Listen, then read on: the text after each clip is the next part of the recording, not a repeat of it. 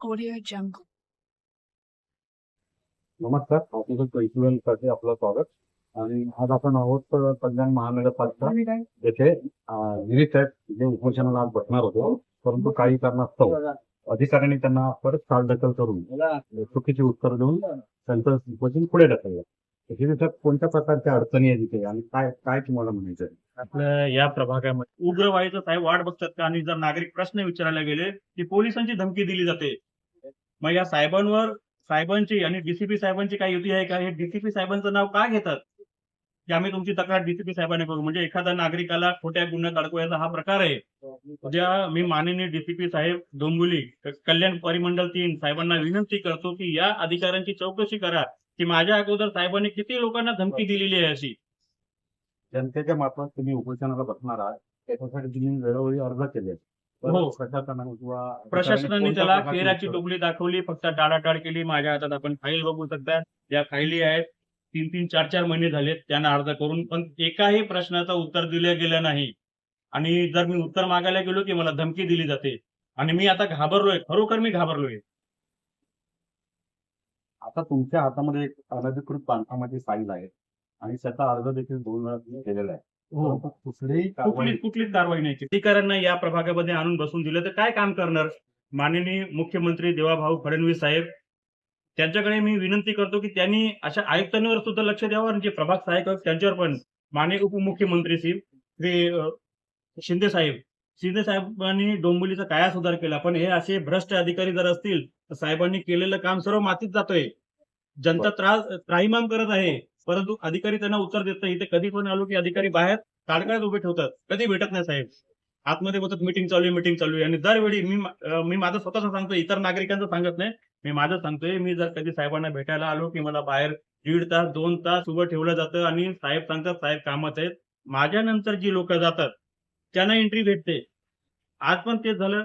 मी फेरीवाल्यांच्या आणि अनधिकृत बांधकामाच्या विरोधात उपोषणासाठी अर्ज केलं होतं. मला 20 दिवसापासून टाळाटाळ करीत आहे. आता साहेब काय बोलले की आम्ही परवानगी देऊ शकत नाही, परंतु लेखीमध्ये त्यांनी तसं दिलं नाही. लेखीमध्ये साहेबांनी सांगितलं की तुम्ही आम्हाला सहकार्य करा. तर साहेबांना एकच विचारणं आहे की तुम्ही आम्हाला सहकार्य करा. तुमचं काय म्हणणं आहे? साहेब, हे पत्र बघा. 8/4 एक इमारत बांधणी घोषित झाली. त्याच्यानंतर त्यांना ही इमारतीवर कारवाई करण्याचे पत्र दिलं गेलं. त्या नसून आजपर्यंत त्याच्यावरती काही कारवाई झाली नाही. त्यानंतर त्यांना आरटीआय दिला गेला. आरटीआयचे अजून उत्तर दिलं गेलं नाही. 2 महिने आरटीआय घेऊन. आता त्याच्यावर अपील फाईल केली आहे. त्यातही अजून काही नाही. याच्यापुढे तुमची कोणती ठोस भूमिका असेल? अधिकाऱ्यांना बदली करायची, अधिकाऱ्यांना त्यांच्यावरती शासनामार्फत कारवाई करणं गरजेचं आहे. त्यांची जी निष्काळजीपणा आहे त्याच्यावर त्यांना शासनाने दंड आकारावा, त्यांच्यावर कारवाई करावी. पगार कसला घेतात मग? कोणाकरता काम करतात तुम्ही? पब्लिकसाठी करता ना. पब्लिकची कामं न करता पगार कसला घेतात? राजीनामे द्या. आपलं काय म्हणणं आहे? पुढे तुमची कोणती भूमिका असेल? माझी माननीय आयुक्त कल्याण डोंबिवली महानगरपालिका साहेबांना विनंती आहे की या प्रभागामध्ये 10 प्रभागामध्ये हा प्रभाग अतिशय मोठा प्रभाग आहे.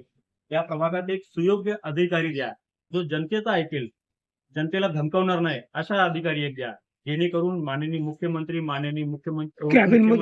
साहेबांचं सुद्धा लक्ष आहे कल्याण डोंबिवलीवर. हे जनतेला हा मेसेज जाईल. नक्कीच.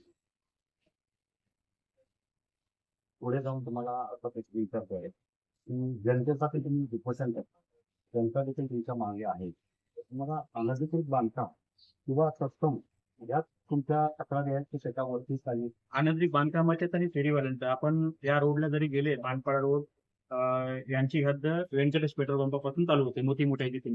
या पट्ट्याला सोनारपाड्यापासून मानपाड्यापर्यंत, लोढा पलावापर्यंत रस्त्याचा विकासाचं काम चालू आहे. आणि त्या विकासाचं काम चालू असल्या कारणाने रस्ता अरुंद आहे. आणि त्या अरुंद रस्त्याला जे फुटपाथवाले आहेत, त्या दुकानदारांनी तो